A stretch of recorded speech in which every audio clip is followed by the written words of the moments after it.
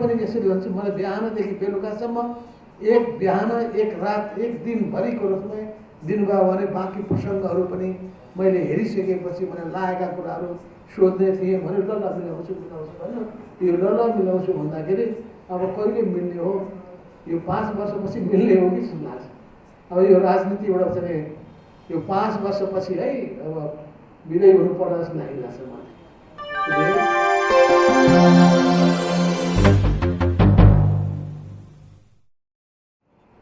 मैले Nepal communist party UML र माओवादी केन्द्रको एकतादेखि विभाजनसम्म यो पुस्तक लेख्नु भएकोमा र प्रकाशित गर्नुभएकोमा म डाक्टर ढाकाराम सापकोटालाई विशेष धन्यवाद दिन चाहन्छु। वास्तवमा जसले गहिरो खोज गर्दछ, अनुसन्धान गर्दछ, तथ्यहरू सङ्कलन गर्दछ, उसले इतिहासलाई जिउँदो जाग्दो रूपमा हाम्रो सामु प्रस्तुत गर्न सक्दछ। नेपालको राजनीतिका अनेकौं उतार र चढावको सिलसिला चल्दै आएको छ।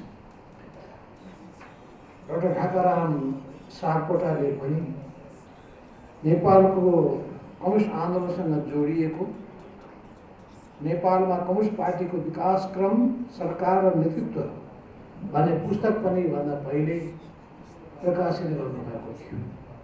त्यो पुस्तक देख्ने बित्तिकै मलाई बडो खुसी लागेको थियो। अहिले पनि यो पुस्तक उहाँले प्रकाशित गर्ने कुरामा मेहनत गरेर, सामग्रीहरू सङ्कलन गरेर यसरी पुस्तकाकारमा 456 पृष्ठमा यो पुस्तक प्रकाशित गर्नुभएकोमा बडो खुसी लागेको छ। यो इतिहासका धेरै घटनाक्रमहरू हामी बिर्सिँदै जान्छौँ, सम्झना हुँदो रहेनछ र त्यो सम्झना नभएपछि त्यो मानिस सँगसँगै हराएर जान्छ।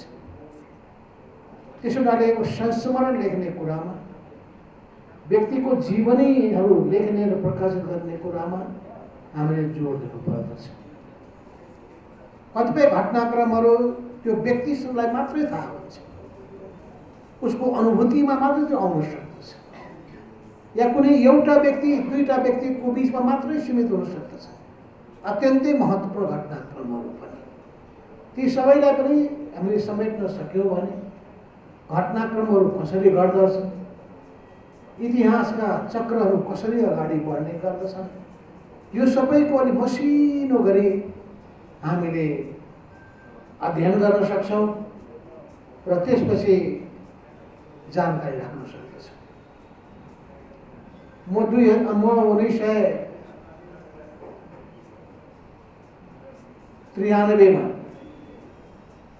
1993 को 50 सालमा होला, 51 साल उत्तर कोरिया गएको थिएँ।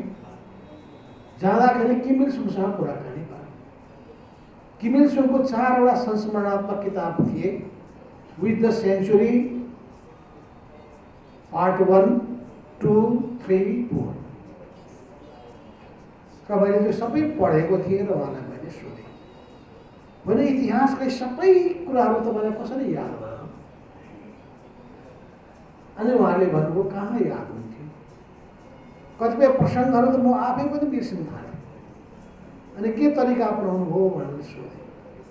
उहाँले भन्नुभयो, म एउटा हलमा इतिहासको बारेमा म बस्दथेँ, मेरो समकालीन व्यक्तिहरू त्यो घटनाक्रमसँग जोडिएका व्यक्तिहरूलाई बोलाउने गर्दथेँ र अर्को साइडमा केही पत्रकारहरू र इतिहासकारहरूलाई राख्ने गर्दथे। अनि ती इतिहासकारहरूले पनि घटनाक्रमहरूको बारेमा प्रश्न उठाउने गर्दथे। प्रश्न उठाइसकेपछि सम्झेको म भन्थेँ। अनि थपहरू कसैले पनि के एउटा जोड्नु पर्यो भने यो भएको थियो, यो भएको थियो, यो भएको थियो भनेर अरूहरूले थप्दै गइसकेपछि बल्ल विषयवस्तुहरूले पनि पूर्णता प्राप्त गर्ने गर्दथे। अति धेरै महत्त्व दिनुभएको थियो किम इल सुङले भन्ने कुराबाट मैले बुझेँ कि समयमा इतिहासका ती सबै सन्दर्भ र प्रसङ्गहरू समेट्न सकियो भने त्यो त्यतिकै हराएर जाने थिएन। मैले सुरुदेखि नै पनि कमल मनमोहन अधिकारीलाई, तुलसीलाल अमात्यलाई र अरू विभिन्न नेताहरूलाई, कृष्णराज वर्माजीलाई पनि मैले भनेको छु, विष्णुबहादुर महानन्दालाई पनि मैले भनेको छु, ती पुराना पिँढीका नेताहरूलाई मैले प्रत्येकलाई के भने कि तपाईँ आफै नोट गर्नुहोस्, लेख्नुहोस् या नोट बनाउनुहोस्, अरूलाई बोलाएर लेख्न लगाउनुहोस् या रेकर्ड बनाउनुहोस्, रेकर्ड सबै गर्दै गर्नुहोस्। कि तपाईँहरूले त्यस बेलामा खेल्नु भएको भूमिकाबाट नै नेपालको राजनीति आजको अवस्थामा आइपुगेको छ। नेपालको कम्युनिस्ट आन्दोलन आजको अवस्थामा आइपुगेको छ।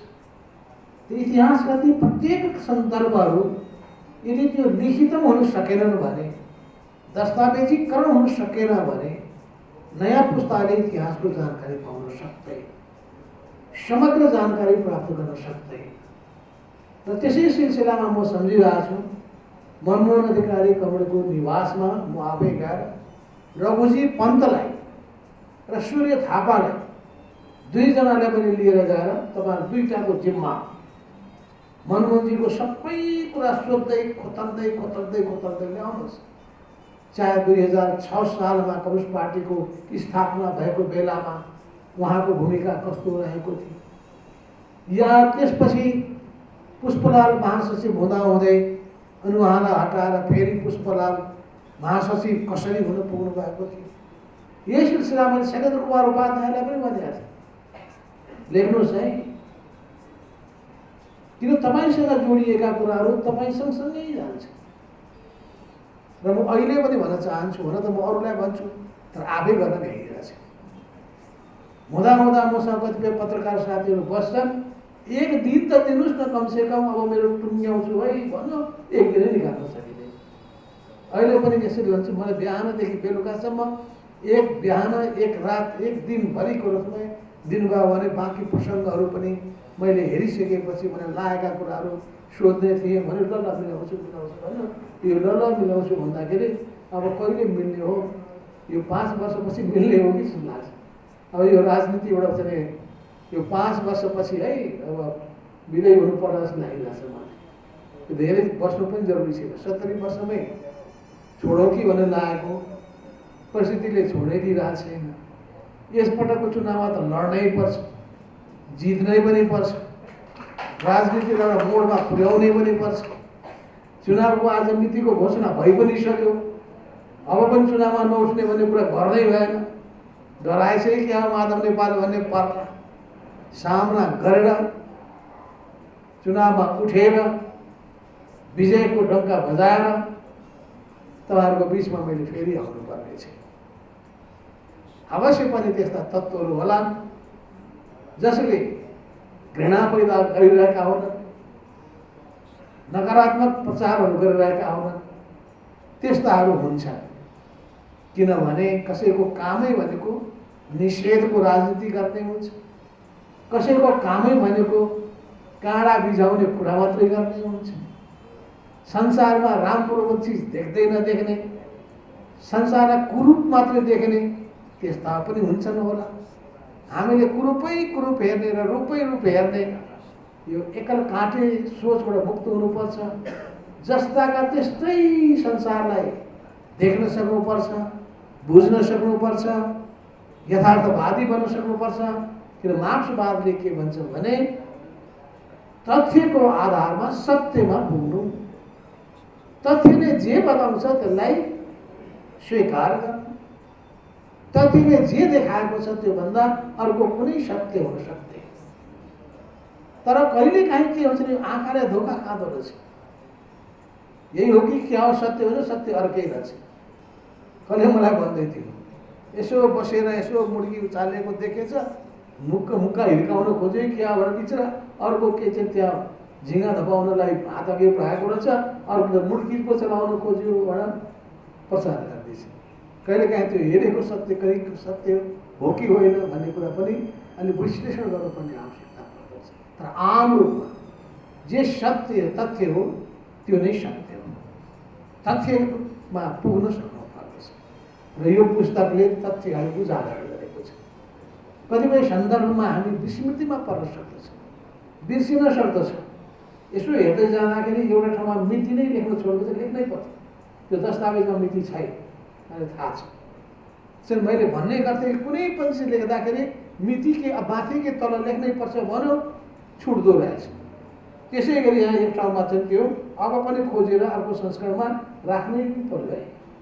यहाँ चाहिँ डकुमेन्ट हो, डकुमेन्ट कुन मितिमा चाहिँ प्रकाशित भएको थियो, कुन मितिमा बाहिर आएको थियो, त्यो चिज चाहिन्छ। त्यो त्यसो हुनाले अर्को संस्करणमा त्यो कहाँ छुटेका छन् त्यो पनि म सम्झिरहेको छु। हाम्रो सुरेन्द्र केसीजी नेपालको कम्युनिस्ट आन्दोलनको कम्युनिस्ट पार्टीको इतिहासको धेरै उहाँले गहिरो अध्ययन गर्न खोज्नु र अध्ययन गर्ने सन्दर्भमा मलाई पनि उहाँले हैरानै पार्नु। मसँग भएका जम्मै कागजहरू खोजिकन त्यहाँबाट मैले दिएँ पनि, सबै फर्काउनु भएको छ कि अझै बाँकी नै छ थाहा छैन। त्यसपछि मेरो घरमा के भने कसैलाई पनि नदिनुहोस्, फोटो दियो फोटो हरायो, किताब दियो किताबै हरायो, नोट्सहरू दियो नोट्सै हरायो। मान्छेले लान्छन् फिर्ता गर्दै दिन पनि गाह्रो। अनि यही सबै हेर्दा बेला के सम्झना आयो भन्दाखेरि हाम्रो डाक्टर ढाकारामजीलाई यदि तपाईँले 2032 सालदेखिको कोअर्डिनेसन झापा आन्दोलन त्यहाँदेखिको एउटा इतिहास कतिपयले लेखेका छन्, तर त्यसलाई अझै इनडेप्थ स्टडी गर्ने, इनडेप्थ अझै रिसर्च गर्ने र सबै त्यसमा घटनाक्रमहरूलाई राख्ने र त्यसका कतिपय तथ्य र सत्यहरू मसँग धेरै कागजहरू छ। प्रत्येक बैठकका माइनर त्यो टिपोटहरू, विषयहरू, कार्यसूचीहरू, अनि कसले बोलेका छन् उसको नामहरू, निर्णयहरू, त्यो मैले सबै राखेको। कतिपय त कोहीले डेढा सर्दै हराएछ। अब बल्ल ठाउँमा राखेको छ, त्यो राख्ने कहाँबाट फेरि यताबाट उता, एउटा दराजबाट अर्को दराज, अर्को दराजबाट अर्को दराज, छुट्टै एउटा लाइब्रेरी चाहिँदो रहेछ। भनेपछि ती सबै अब कहिलेसम्म राखिराख्नु भन्ने पनि लागिरहेको पनि छ मलाई। त यी सबै मसँग मात्रै कतिपय व्यक्तिहरूसँग, नेताहरूसँग पनि, तर सबैले राख्न सक्दा रहेनछ।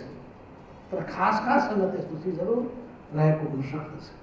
ती सबैबाट सङ्कलन गरेर इतिहासका ती सबै पक्षहरूलाई ल्याउन सकियो भने हाम्रो कम्युनिस्ट आन्दोलनको इतिहासको एउटा पाटो, एउटा पक्ष जसको प्रति हामी गर्दछौँ, त्यो जनताका सामुमा राम्ररी व्यवस्थित रूपमा अगाडि सार्न सकिन्छ। इतिहासको ज्ञान नहुने मान्छेले इतिहासबाट शिक्षा लिन सक्दैन। इतिहासका घटनाक्रमहरूको गहिरो विवेचना नगर्ने मान्छेले आजको चुनौतीहरू बुझ्न सक्दैन र भोलिको भविष्यमा कस्ता किसिमका चुनौती र सम्भावनाहरू देखा पर्छन् त्यसको आकलन पनि गर्न सक्दैन।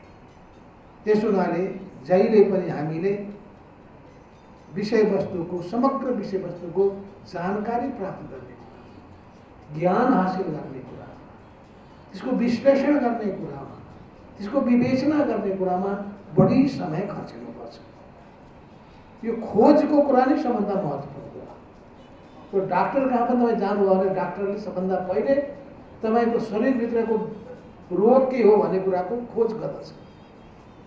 राम्ररी उसले जम्मै खालका चाहिँ ल्याब टेस्ट गर्नेदेखि लिएर त्यसपछि अरू के गर्नुपर्दछ त्यो सबै खालको उसले तपाईँसँग जाँच दिन्छ, सोध्छ। अनि सोधिसकेपछि जाँचिसकेपछि एउटा निष्कर्षमा पुग्छ। निष्कर्षमा पुगिसकेपछि उपचारको उपाय के हो त्यो बताउँछ। अपरेसन गर्नुपर्ने हो भने अपरेसनको टेबलमा लिएर जान्छ। औषधि दिनुपर्ने हो भने औषधि दिन्छ। हल्का औषधिले पुग्छ भने हल्का औषधि, कडा औषधि दिनु पर्यो भने कडा औषधि, त्यसले गर्दाखेरि ऊ फेरि ठुलो बिमारीको शिकार हुन सक्छ। इतिहासमा पनि त्यस्तै। इतिहासको बिमारी मान्छेलाई ठिक ढङ्गले पहिचान गर्न सक्यो भने भविष्यमा धोका खाइँदैन। राम्रो ढङ्गले सबै गर्न सकिएन भने धोका खानु बाहेक अरू केही पनि हुँदैन। त्यसो हुनाले हामीले समय समयमा धोका खाँदै आएका छौँ, किनभने हामीले गहिरो विवेचना गरेनौँ, मान्छेहरूको समग्र पक्षको बारेमा विश्लेषण गरेनौँ। मानिसहरू थरी थरीका हुन्छन् र अहिलेको त राजनीतिमा म भन्ने प्रवृत्ति व्याप्त भएको छ। आफूलाई केन्द्रबिन्दुमा राख्ने, राजनीतिलाई व्यवसायको रूपमा लिने, फाइदाको निम्ति चल्ने, आफूले पाएको छ भने अनि जय जयकार गर्ने, अलिकता कम भएको छ भने अनि निन्दा सुरु गर्ने, अनि त्यो कुनै निष्ठा नहुँदैन, सिद्धान्तप्रतिको निष्ठा छैन, आदर्शप्रतिको निष्ठा छैन। र यस्तो खालको जुन अहिले निष्ठाको राजनीतिमा क्षयीकरण भएको छ, त्याग तपस्या बलिदानको भावनामा क्षयीकरण भएको छ। त्यसो भएले वास्तवमा देशलाई अघि बढाउने हो भने देशभक्तिको भावना यो पहिलो चिज हुन्छ।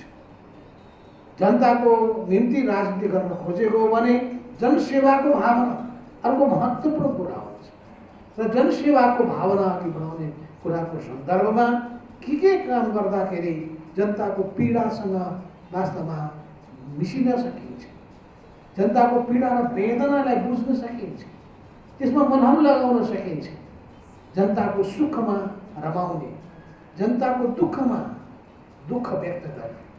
मान्छेलाई चाहिने अरू केही पनि होइन, मान्छेलाई पैसाले किनेर पनि पार लाग्दैन, मान्छेलाई भावनाले प्रभाव पार्दैन।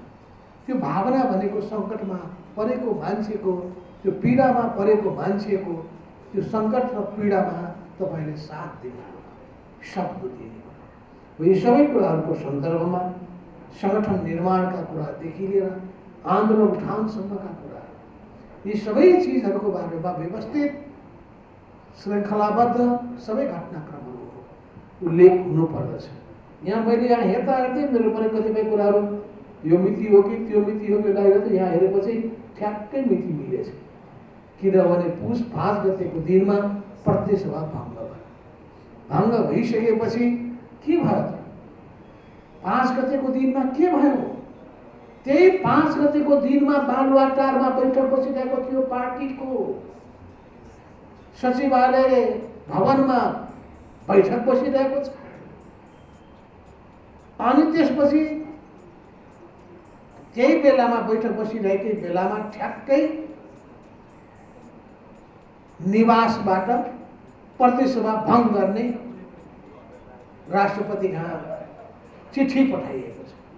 एकै दिन हामी बसिरहेका छौँ, बैठक बसिरहेका छौँ, कुरिरहेका छौँ, अब बैठक सुरु होला भने ठानिरहेका छौँ।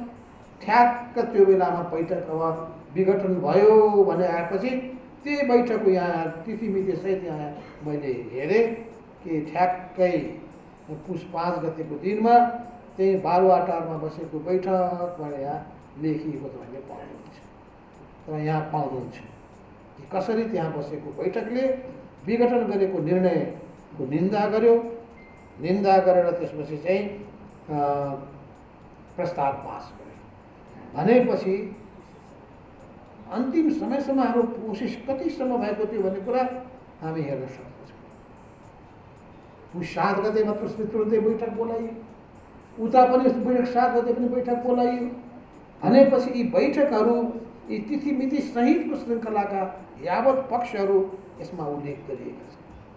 त्यस हुनाले पनि यहाँ भन्न खोजेको पुस 5 गते परिशिष्ट 20मा छ बालुवाटारमा बसेको नेकपा स्थायी कमिटीको बैठकको निर्णय र उपस्थितिमा 1 नम्बरमा केपी शर्मा ओली अध्यक्ष हस्ताक्षर छ। अनि त्यही बेलामा त्यहाँ के भन्छन् अरू व्यक्तिहरूको हस्ताक्षर छैन। अनि त्यहाँ जो उपस्थित को थिएनन् ठ्याक्कै हेर्न थालेका छन्। सबैको नाम किन पढ्नु भनेपछि त्यहाँ बस्दा बस्दै यो बैठक आज प्रधानमन्त्री तथा पार्टी अध्यक्ष केपी शर्मा ओलीबाट द्वारा गरिएको प्रतिसभा विघटनको सिफारिसको असंवैधानिक, अलोकतान्त्रिक, निरङ्कुश, पक्षगामी र जनादेश एवं संविधान विरोधी के लेखिएको छ कार्यको निन्दा गर्दै तीव्र विरोध विमर्शना गर्दछ र यो जनताको उपलब्धिमाथिको कठोर प्रहार रहेको छ भन्दै त्यसपछि गम्भीर आपत्ति व्यक्त गर्दछ। त्यही मितिमा हामीले गरेका छौँ। त्यसपछि त्यहाँबाट ढोका त बन्द भइगयो। 7 गतेको बैठक बसेको छ केपी ओलीको अध्यक्षतामा, केन्द्रीय कमिटीका बहुमत सदस्यलाई बोलाइएकै छैन। अनि अल्प सदस्यहरूको उपस्थितिमा हामी सबैलाई कारबाही गरिएको छ। पुष्पकमल दाहाल प्रचण्डलाई जम्मै कार्यकारी अधिकारबाट सिधै वञ्चित गरिएको छ। विधानमा एकपछि अर्को संशोधन फटाफट गरिएको छ। सम्पूर्ण निर्णय गर्ने अधिकार एक व्यक्तिमाथि प्रदान गरिएको भए निर्णय गरिएको छ। अनि आज पनि केही व्यक्तिहरू होइन त्यहीँ पो बसेर टाङमुनि बसेर हिँडे हुन्थ्यो नि भन्ने पनि गीत गाउँछ। इतिहासको सम्झना नभएर, घटनाक्रमको सम्झना नभएर अनि त्यसपछि त्यत्तिकै कल्पना लोकमा लागेर भावनामा डुबेर यस्तो खालको सोच। अर्थात् त्यो पार्टी के भएको थियो भन्दाखेरि व्यक्तिवादको चरम आहालमा डुबेको थियो। एउटा व्यक्ति आफूलाई सर्वेसर्वा ठान्ने स्थिति, संस्थाभन्दा आफू माथि, प्रधानमन्त्री देशभन्दा माथि, पार्टी अध्यक्ष पार्टीभन्दा माथि, पार्टीको संस्थाभन्दा माथि, संस्थागत निर्णय कुनै पनि नमान्ने, नभए कुनै पनि विषयको बारेमा त बहस गर्न सकिन्छ नि। यो राजनीतिक विषयवस्तुसँग डराउनु पर्ने केही आवश्यकता छैन। कुनै बैठकमा गलत कुराको निर्णय पास भइदिन सक्छ, फरक मत दर्ज गर्न सकिन्छ। बहस हुँदै गइसकेपछि, व्यवहारबाट अनुभूत हुँदै गइसकेपछि अर्को बैठकमा मान्छेको चेतना खुल्छ अनि त्यसपछि अर्को फेरि बैठकमा बहुमतले साथ दिन सक्छ। यो विगतदेखि भोग्दै आएको कुरा पनि। तर के हो भने त्यो व्यक्तिवाद कहाँबाट जन्मिन्छ भने त्यो दक्षिणपन्थी अवसरवादबाट। त्यो दक्षिणपन्थी अवसरवादी आहालमा डुबिसकेपछि आफूलाई सर्वेसर्वा ठान्ने प्रवृत्ति देखिन्छ। अनि त्यो सबै ट्रेन्ड नै कस्तो देखिन्छ भन्दाखेरि देशलाई पनि व्यवस्था गर्ने, जनतालाई पनि व्यवस्था गर्ने, मूल्य र मान्यतालाई पनि व्यवस्था गर्ने, स्वच्छ राजनीतिलाई पनि व्यवस्था गर्ने, त्यसै गरी सुशासनका मान्यतालाई पनि व्यवस्था गर्ने, अनि सानो गुट आफ्नो प्रशंसकहरू मण्डली तिनीहरूको चाहिँ वरिपरि रमाउनु छ। हो यो सबैले गर्दाखेरि त्यो पार्टी एकताबद्ध भएर रहन सकेन। त्यो पार्टीको विभाजनको मूल कारक को यो दस्तावेजले हुन्छ। तैपनि कसैले महसुस गर्छ भने, गल्ती भयो भन्छ भने, 100 ठक्कर खाएर बुद्धि खुल्छ भन्छ, 100 ठोक्करले बुद्धि खुल्छ भने केही छैन। तर बडो विडम्बना, आजसम्म मैले चाहिँ गोरुबथानले माफी मागेको, गल्ती स्वीकार गरेको सुनेको छैन है। सुन्नुभएको छ तपाईँहरूले? कोही मैले त कोही पनि पढ्न पाएको छैन। सोभियतसँग विघटन गरेर पनि बेठी गरियो भने कोही मानेको छैन। कम्युनिस्ट पार्टी विघटन गरेको पनि कहीँ स्वीकार गरेका छैन। समाजवादलाई सिद्ध्याएकोमा पनि कहीँ चाहिँ स्वीकार गरेको छैन। अब यस्तो ज्यात्रो मनस्थिति भएका गोरुबथान छ। एएलसी त त्यसका मूल कारक तत्त्व त्यस्तो हुँदो रहेछ। हुँदा हुँदा हुँदा हुँदा हुँदा चीनको ग्याङ अफ फोरको पनि इतिहास तपाईँलाई थाहा छ। यस्तो प्रवृत्तिमा मान्छे जब डुबिसकेपछि त्यहाँ उम्किन गाह्रो हुन्छ। र फेरि यस्ता पनि उदाहरण होला, गल्तीलाई महसुस गरेर पश्चाताप गरेर नयाँ अध्याय सुरु गर्न चाहने त्यस्तो पनि हुन्छ, त्यस्तो पनि छ होला। तपाईँ इतिहासकारहरू यो सबै खोज्नु भयो भने नतमस्तक भएर त्यो कुरालाई म पनि स्वीकार गर्नेछु कि अवश्य पनि राम्रा मान्छेहरू पनि छन्, कमी कमजोरी सहित मान्छेहरू पनि छन्, कमजोरीबाटलाई स्वीकार गर्नेहरू पनि हुन्छन्, कमजोरीलाई नै आफ्नो सफलताको रूपमा, आफ्नो सशक्तताको रूपमा ठान्नेहरू पनि हुन्छन्। त्यसैले इतिहासको यो सन्दर्भमा बडो महत्त्वपूर्ण पुस्तक प्रकाशित गर्नुभएको र नेकपाको त्यो बेलामा एकतादेखि विभाजनसम्मको सन्दर्भको सामग्री समेत राखेर यहाँ जम्मै त्यसलाई त्यसको परिशिष्टको रूपमा राखेर प्रकाशित गर्नुभएको छ। बहुत राम्रो काम गर्नुभएकोमा म ढाकारामजीलाई धन्यवाद दिन चाहन्छु। एउटा परिशिष्टको अर्को चिज पनि राखिदिएको छ, अर्को संस्करणमा। त्यो मैले चाहिँ तयार गरेको छु मसँग मितिवाई श्रृङ्खला। त्यो मैले तपाईँलाई दिएँ कि दिएन, म त दिएँ होला ठानेको थिएँ। मितिवाइज श्रृङ्खलाबद्ध सबै, अर्थात् 2071 सालमा भएको महाधिवेशन हौ, ठ्याक्क त्यहाँबाट आइसकेको विवादका खासका सन्दर्भका मिति, अनि 74 सालमा पार्टी चाहिँ चुनावी एकताको निम्ति गरिएका प्रयत्नहरू, ठ्याक्क त्यसपछि एकता संयोजन समिति, अनि त्यो बेलामा भएको गोप्य सहमतिको कागज, अनि 75 को जेठ 2 गते भएको पार्टी एकताको घोषणा, राष्ट्रिय सभागृहमा गरिएको घोषणा, अनि त्यसपछिका तिथि वाइज घटनाहरूको अरू लामो होइन, मिति मात्रै, यो मितिमा यो मितिमा यो, ठ्याक्क यो पाना हेऱ्यो भने इतिहासको सबै झलक त्यसले पनि दिन सक्छ। अन्तिम प्रशिष्टमा त्यो राखिदियो भने अर्को अङ्कमा राख्नु भने 452-56 छँदैछ, धेरै भयो भने 500 पेज हो, फरक केही पर्दैन। त्यहाँ सिङ्गै पढ्नेले सिङ्गै दस्तावेज पढ्छ, हतार हुनेले तिथिमिति हेरेर घटनाको चट याद गरेर अनि बहस विवादहरू गर्न सक्दछ।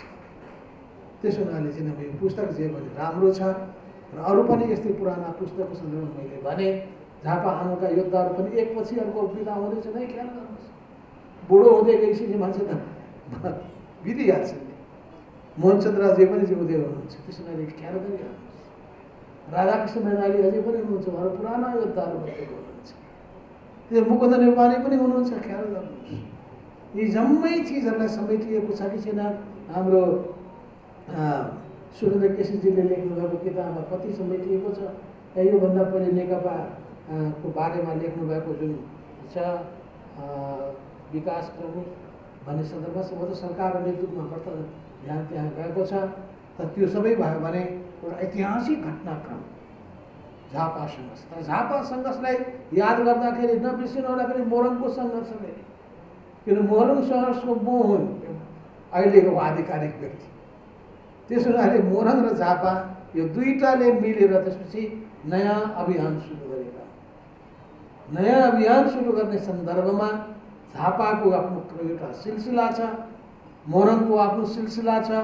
झापा चाहिँ नक्सलसँग बढ्ता जोडियो, अर्थात् पश्चिम बङ्गालसँग, र मोरङ बढ्ता बिहारसँग जोडियो।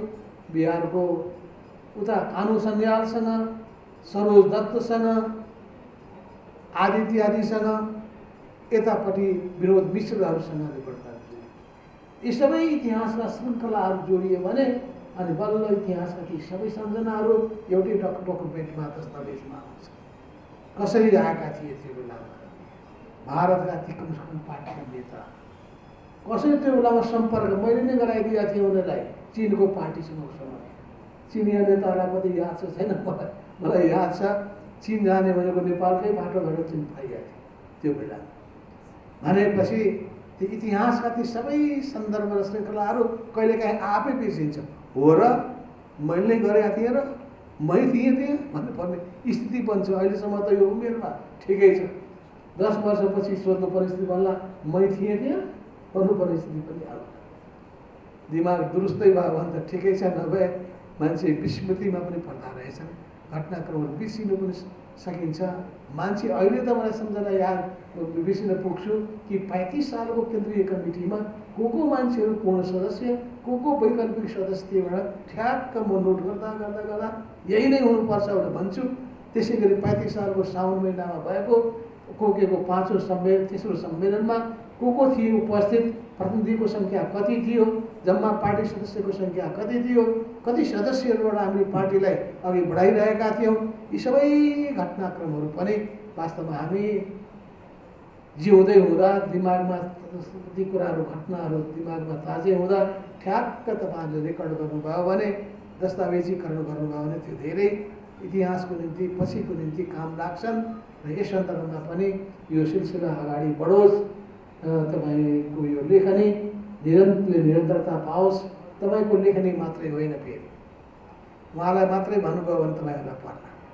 एक से एक तपाईँहरू इतिहासकारहरू हुनुहुन्छ, लेखकहरू हुनुहुन्छ, यस्ता पुस्तक लेख्ने कुरामा अनुसन्धान गर्ने कुराका अध्येता अनुसन्धानकर्ताहरू हुनुहुन्छ।